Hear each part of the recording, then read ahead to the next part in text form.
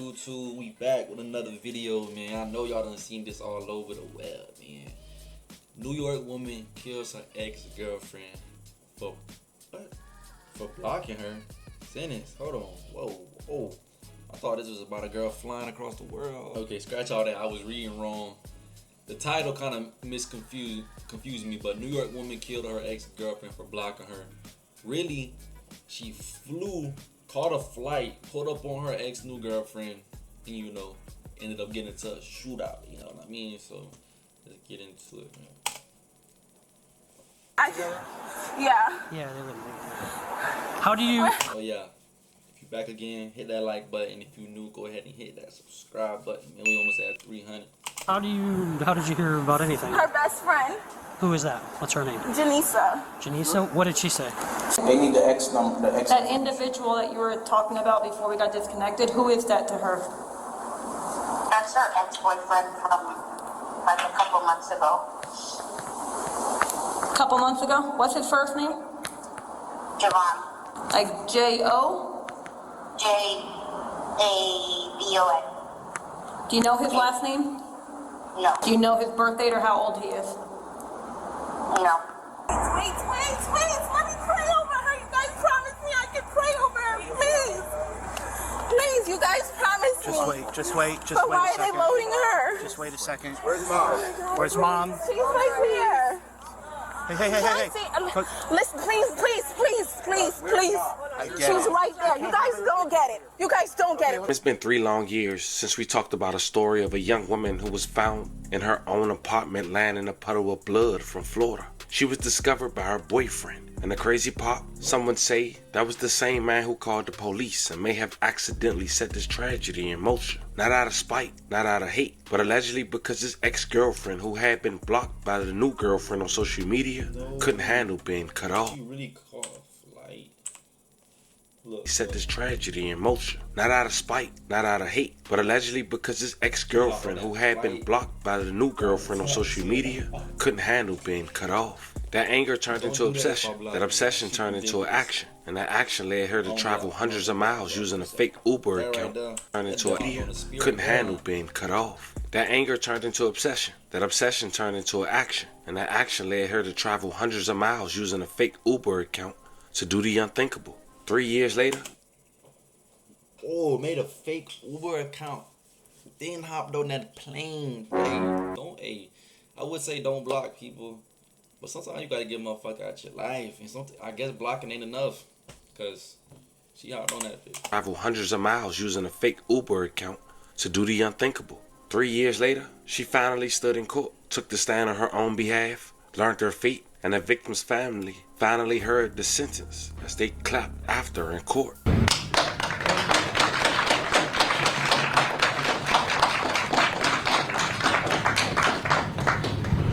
So today, we're going over this story, the victim story. Pay our respects, look through the eyes of the body cam footage, what the officer saw, walk into the courtroom during trial, and relive that gruesome day, piece by piece, so you'll understand how something so small turned into something so deadly. But before we go over this one, You thought that little ass mask was gonna save her?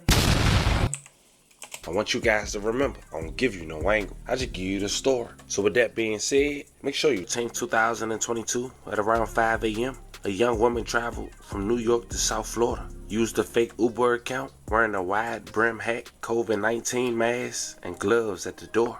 She was later identified as Sakanaya Thompson, now 31 years old. She was looking for a woman that was 8 years younger than her. A young woman identified as Kayla Hodges, who was now in a romantic relationship with Thompson's ex-boyfriend. Some say that man was identified as Roberto Robinson. Now he ended up making a 911 call after not being able to identify and get in contact with his girlfriend after seeing her car in the parking lot. She's the person, she doesn't leave her dog, especially if her mother's not here. Okay. So I was like, okay, whatever. I went back, I left. Did she kidnap her, bro? I went to go get something to eat, and I was like, I'm still calling her and texting her, it's still the same thing. So I drove back again to see if she came back home or anything. Do you see her car down there at all? When I came back the second time I went around the loop, I looked through the gate, I seen her car parked on on the outside of the apartment complex. So I drove my car around and I looked at her license plate because when she comes to my house, I have to register her car. So I looked at the license plate, I'm like, that's her car. So now I come up, now I'm banging on the door because I'm like, your car is here. I'm banging on the door. And then I just check the door, and I checked the door, it opened, and she was right there. You see when you open the door? Her body, blood. and when I walked in, and then 1,000 thoughts run through your head at that point because like I just walked in on a girl that I deal with, dead body, and it's just like I immediately like even walked out and I'm like, nah, I gotta call the police. I cannot leave her here like this. The emergency. Oh, ma'am, I don't know the address. I just came. Okay, what is the apartment number? Do you know if that? Man, she really went and killed her just because she blocked her, bro. And you got to come home to her on the ground, dead. And he don't even know what's going on, I'm pretty sure. Has a building number? I could go downstairs and check. 1 second, please. Tell me exactly what happened. Okay, on the phone. Oh, my God. Yeah, the door was unlocked. So have you been in the house? Just now, yes, when I just came the second Did you time. see anybody in the residence? No. I just want to get some more information No. before I get in there. No, Is it a 1 or 2 bedroom? it's a 2-bedroom. Was she on any medication, anything? No, not that I know. She worked a party last night, and then that was it. And I called her this morning. I was calling her this morning, texting her, and she was her phone was delivering I'm it sorry, to who's she to you? I'm sorry. She's like my girlfriend. No, that's fine. I just wanted to, Yes, she's like my girlfriend. Yes, yes. Does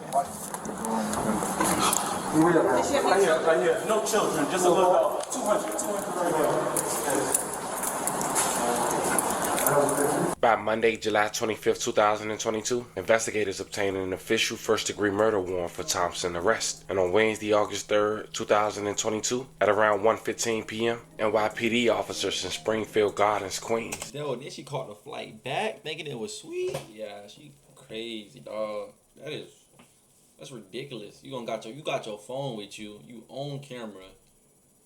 Like, yeah, put her ass in the big boy jail. 22, at around 1:15 p.m., NYPD officers in Springfield Gardens, Queens, located and arrested Skyana Thompson on the Florida warrant. She was taken into custody without incident. From there, she was held while Florida authorities completed the extradition process. That same day, Broward Sheriff's Office publicly confirmed the arrest. Authorities quickly discovered that she was pregnant. According to authorities, she was 4 months pregnant when she was arrested and 2 months pregnant when the Caught the body with a baby in your stomach. How does that work? You gotta have a baby in prison. What's the whole process on that? Because now you in prison for life and you 4 months pregnant. crime went down. Facing life in prison on a murder charge, she decided to take it to trial. In October 2025, she did just that, taking a stand in her own defense. The second week of October, on the 4th day of trial, Thompson took the stand and told jurors she went to Hodgson's apartment uninvited to talk woman to woman about dating the same man. She claimed Hodgson attacked her and punched her in the face. Thompson said during that time, she claimed Hodgson cut her stomach with a piece of glass, and afterwards Thompson grabbed the glass and then blacked out. She then allegedly awoke to Hodgson's dead on the floor. May she rest in peace and love her condolences to her family. You ain't had no business getting a flight and coming unannounced to talk about a dude. That's something you send in the message. Okay, she blocked you. Shit, download text now. Motherfucker, you caught a flight and ended up killing somebody, bro. They still finding you guilty. Woke to Hodgson's dead on the floor. May she rest in peace and love her condolences to her family.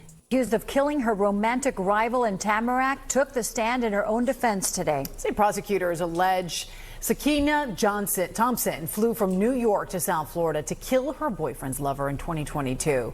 NBC6's Marissa Bagg was the only reporter inside of the courtroom for her. You gonna put your titties on the camera like that? I did it. Nah, just playing on the camera. Scene, and that she did not call police because she was afraid. Over 2 hours of testifying in her own defense, Sakina Thompson told jurors she was jealous of the relationship her boyfriend had with the victim, Kayla Hodgson. A little, I guess you could say, jealous and like insecure. Thompson admitted to flying from. You were jealous. You were, bro. You ended up killing this lady. Talking about something, she cut you with a glass. You're in her house. And she in Florida. Stand your ground. You in her house unannounced. She should have shot your ass. New York to Tamarack in July of 2022, in part to confront Hodgson about the relationship, hoping to convince the other woman to stop. This video shows Thompson showing up unexpectedly at Hodgson's Tamarack apartment at 4 o'clock in the morning. When Hodgson let her in, Thompson says a conversation about their love triangle quickly turned sour. Thompson says Hodgson hit her over the head with a hookah. She just starts grabbing my hair and punching me. And I'm on the floor. I'm kicking. I'm trying to get up to fight back at this point because now it's a fight. Thompson was 2 months pregnant at the time. She told the jury she had no choice but to grab something sharp and defend herself. I told her I was pregnant, so I felt like she was trying to hurt me and my baby. I didn't just fight for me. I fought for me and my baby. Thompson testified. Okay, so why you pulled up pregnant? The fuck? You were that concerned about your kid. Why you coming to fight, bro? And you come into somebody's house without saying shit. You obviously is not worried about your kid. Take that shit off the testimony, the statement, whatever it's called. Fuck that. That when she thought Hodgson was dead, she tried to clean up parts of the crime scene with Lysol wipes and paper towels. She admitted to changing into Hodgson's clothes. This video shows her leaving the victim's apartment in those clothes. This bitch put a disguise on, killed the whole. She done killed her, took her own clothes, bro. We still seen you come up the stairs, man. They still seen your car leave the parking lot. You dumb as hell. I had to change at that point because I'm like, I can't leave out of here looking like this. Why did you feel like you had to change? Because there was blood everywhere. Thompson's attorney asked her why she didn't call 911. Why didn't you call the police? I was scared. Just scared. Okay. What were you scared of? I was pregnant and like I just killed somebody.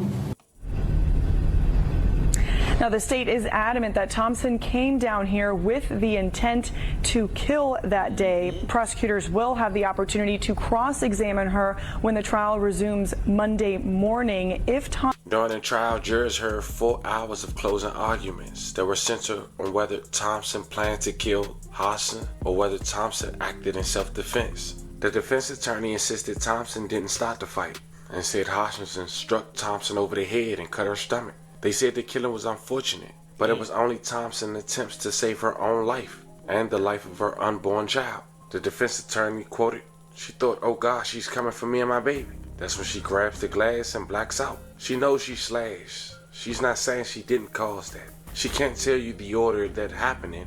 This was a fight, a mutual fight. But the state said Thompson tried to just broken glass laying around. The fuck? That's crazy.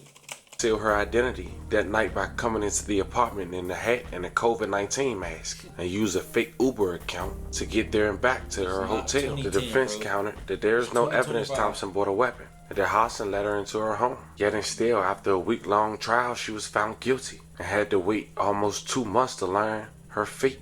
And on December 1st, 2025, the judge would give her a sentence of this while also making a statement in regards to her actions.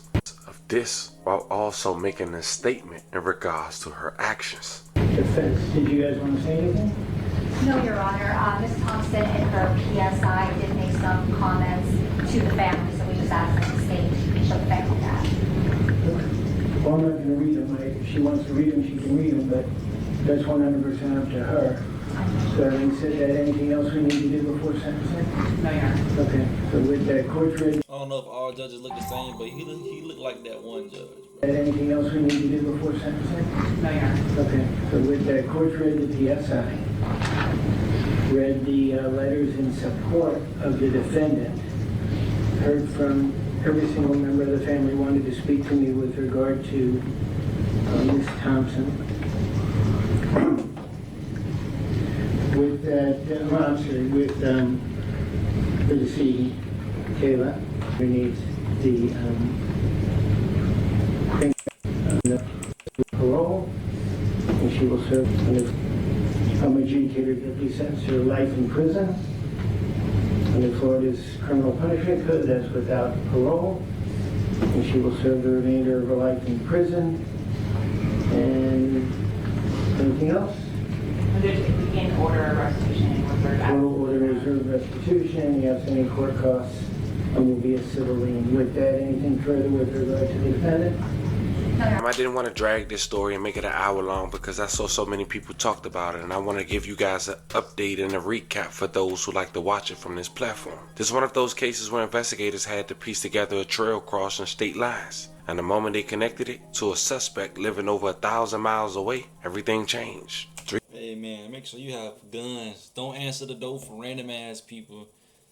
And if anything, just shoot their ass, bro. Don't let them in to have no conversation. Because I don't know how she got in the door, honestly. I don't know if she actually let her in, if she broke in. But you ain't coming in my house to talk about Nathan. You getting shot through the door. No, I'm going to tell you to leave. And if you try to do some crazy shit, you getting shot, bro. And then, don't go after people just because they block you. They blocked you for a reason. I ain't going to lie. And you probably just couldn't handle that. And obviously the new girlfriend looked better. She got whatever she got. So, you killed her. Don't give a fuck about you being pregnant, bro. Fuck that baby. Wow! 3 years later, justice was finally delivered in the Broward County courtroom. 2 lives gone.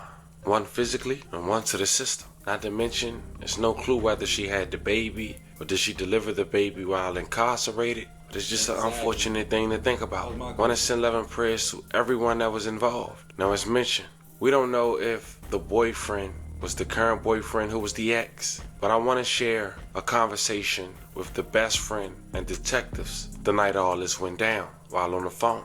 She telling authorities that it was another guy that she was talking to, which was her ex, and God knows it'd be crazy to know that she did this from someone she don't even talk to anymore. But check this clip out before I let y'all go, and until then, I'll catch you guys on the next one. Hello?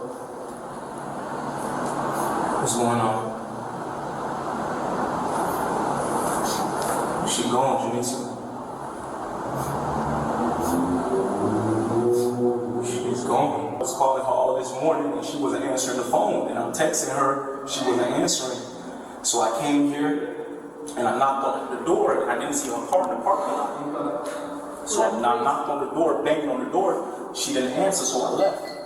So when I texted her again, she didn't answer, so I'm like, let me swing back by. When I came back, I seen her car parked outside the complex on the back end. So when I went around, I looked, I'm like, that's her car, so she has to be here. So I knocked on the door again, and then I just opened the door was unlocked, and she was right on the floor. Yes. 26 to 32. 26 to 32 years old. Okay, and do you know... So this dude right here that called the police is not even the boyfriend they're talking about. It's a whole nother boyfriend. So she came to kill her about a dude she wasn't even really talking to no more. That's crazy, man. Do she deserve life? Yes, she deserves life. Do they need to give her baby up to CPS? Yes, they need to do that. Because you ain't had no business getting on that cheap-ass flight to come kill that girl about some shit that was 2-3 years old. That's crazy, bro. Tenderism. If you made it this far, man, go ahead and watch one of these videos. Hit subscribe, man. We got a new vlog page coming, you know what I'm saying? We're gonna keep it active, keep it rolling, man. Y'all stay tuned.